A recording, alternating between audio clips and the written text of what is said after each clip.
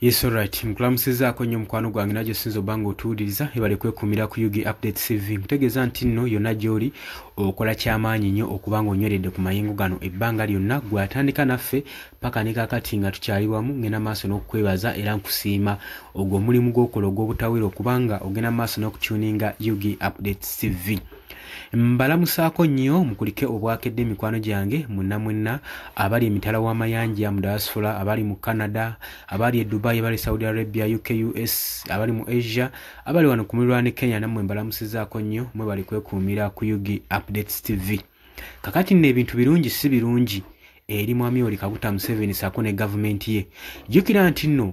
ebbanga eriyise emabega baakeera ne bateeka ababaka ba parliament ko pressure ne batuuka n'obbagulirira n'omusimbi ogwali gwalulwamu obukadde 10,000 obwa Uganda buli mubaka wa parliament ng'ekigendererwa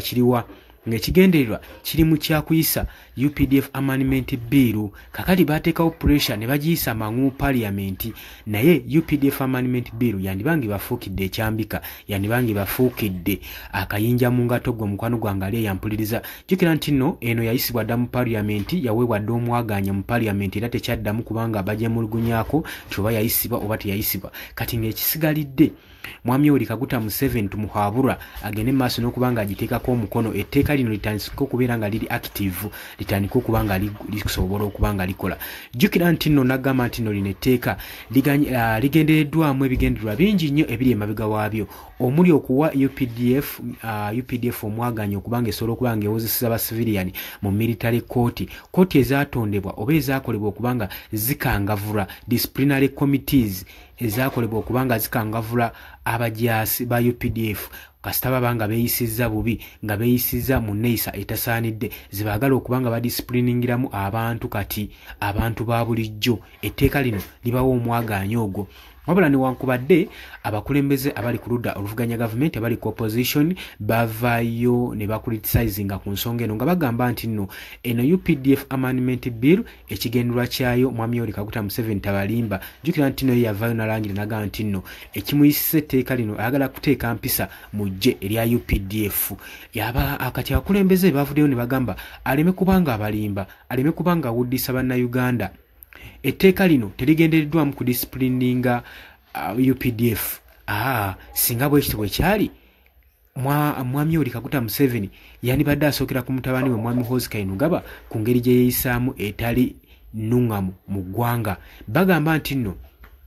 CDF, Chief of Defence Force, Muhoozi Kainerugaba talina mpisa wadde n'akamu n'akeddagala, era nga yo mukulembeze mu ggye lya UPDF nga Chief of Command, nga Commander in Chief Mwami Yoweri Kaguta Museveni yandibadde asooka kwangavula mutabani we Muhoozi Kainerugaba n'asobola okubanga amuzzaamu empisa, then awo n'asobola okubanga amatiza bannayuganda n'eggwanga lyonna nti eno biiro eyisiddwa kukangavula bajaasi n'abbazzaamu mpisa gwe mukwano gwange ali yampuliriza. Bo abali ku ludda olw'opposition bagamba nti nno nedda, leka kulimba ggwanga.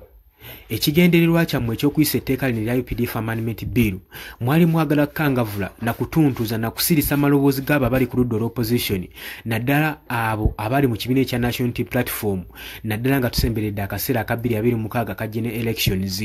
Olw'okuba nti nno National Unity Platform erina abawagizi bangi nnyo era weeba egenda kuba campaign, kigambibwa nti nno balina monopoly egenda mu maaso n'okuba nga bambala ekyambalo kino ekimyufu, era bagamba kirabisa nnyo gavumenti okulaga nti nno bo tebalina maanyi yadde mu political landscape eno eya Uganda, era amaanyi n'obuwagizi bulaga nti nno bwekubidde. Kati nga target eri ku bavubuka bano abamanyiddwa nga ba foot soldiers oba abawagizi b'ekibiina kino ekya National Unity Platform basobole okuba nga babakangavula nga babakwata nga babayoola kyenkana kubamalawo bumazinga akalulu kano aka 2026 oba nga campaign tezinnatuuka. Naye bukyanga biiro eno efulumizibwa ekyagaaniddwa otteekako omukono. Lwaki? Pressure okuva mu Western Powers, mawanga ag'ebunaayira ag'abazungu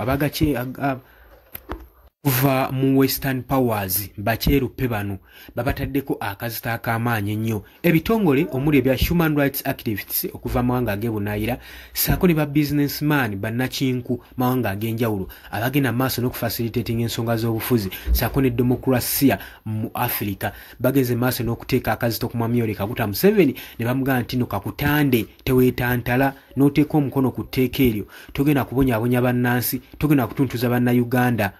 Wimbanga ensi yammwe mugibbye muginyunyuuse era nga mwagala gifuga muulya mwagala kuwamba oyagala kuteekako mutabani wo ekyo tokigezaako wadde n'omulundi n'ogumu n'agw'eddagala kubanga buli kimu tukiraba bamugee buli kimu tukiraba ebyo no byadde bigambo bya businessman Sudanese British billionaire amanyikiddwa ennyo Mohamed Mo agamba buli kimu kyekkaanyiza tukirabye nga mugenda maaso n'okubanga mutuntuza bannayuganda era nga muli ku nteekateeka ziteekako mutabani wo agende maaso n'okusikira entebe eno ne mukimanyi nti no buli kimu tuze tukyekkaanya era bagambye nti nno Mwami Yoweri Kaguta Museveni ng'engeri mutabani wo gweyagala okussa ku ntebe kakulemye okukangavula kuba enneeyisa ye tugirabye azze yeeyisa bubi bannansi agenda maaso n'okuwamba abali ku ludda olw'opposition ne babatokyalinga ekintu ekivuura eddembe ly'obuntu mutabani wo tumulabye nga yeenyigira mu human rights violence human rights abuse ebyo byonna tusirise kakati ke kaseera tuveeyo kakati Mwami Yoweri Kaguta Museveni asobeddwako ewakane mu kibira jjukira emyaka gigenderedde ayagala kubanga aleeta project Muhoozi gye yateekateekedda naye project Muhoozi emufuukidde akayinja mu ngatto kubanga bannansi si beetegefu kwaniriza mutabani we Muhoozi Kainerugaba kujja ku ntebe y'obukulembeze gwe mukwano gwange ali eyampuliriza kakati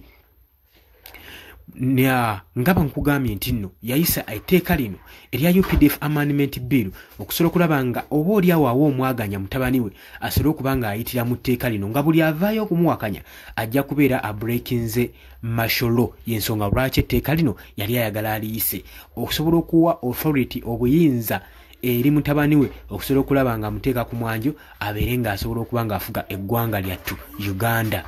naye embeera ekyaganya olw'ensonga nti nno pressure eva ebunaayira temuganya kuteeka ku tteeka lino bangi bavuddeyo ne bamuwoninga ne bamugamba togeza n'oteeka ku tteeka omukono ku tteeka lino tujjukira bulungi nnyo ne commissioner commissioner okuva mu United Nation yavaayo n'agamba nti Mwami Yoweri Kaguta Museveni teweetantala n'oteeka etteeka ku mukono omukono ku tteeka eryo erya UPDF amendment bill okusobola okulaba nga obonyaabonya bannansi kakati akazito kamutuddemu alisabwa zino yejjusa n'okwejjusa lwaki yayisa etteeka eryo newankubadde Muhoozi Kainerugaba ku makya g'olwaleero akedde kuwubayo kigere ku mukutu gwe ogwa Twitter n'agenda maaso n'okuyozaayoza kitaawe Mwami Yoweri Kaguta Museveni commander in chief nga mugamba nti nno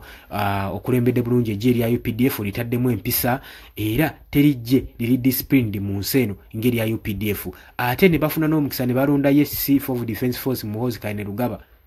ebigambo ebyo byayogedde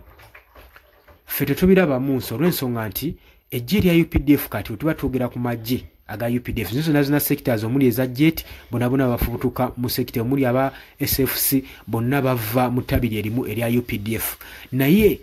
empisa temuli kubanga tewali mulembe gwe tulabye nga amagye genyigira mu kuwamba abantu ng'omulembe gwa Mwami Yoweri Kaguta Museveni amagye gasibuuka empisa tegakyalinamu mpisa yadde era bwe baba boogera ku mpisa akimanye nti eggye terikyalimu wadde empisa n'akamu lyerisinga okutuntuza bannayuganda lyerisinga okwenyigira mu bikolwa ebyettemu mu Uganda kati tujjukire juzi wano mu by-elections eza Kawempe North by-elections walaba tujjukira bulungi ebiseera ebyenyigira mu bikolwa ebyokutuntuza ebyokucunya okuba bannamawulire okuba abawagizi abali ku ludda olw'opposition ebyo byonna ebikolwa ng'ebyo bagenze babimaakinga kakati balaba nga Uganda esaana kutaawuluzibwa ku bukulembeze obugenda mu maaso eggwanga eritalinamu wadde demokrasiya constitution y'eggwanga yakyoboolebwa dda yatattanyizibwa dda egenda ekwatibwamu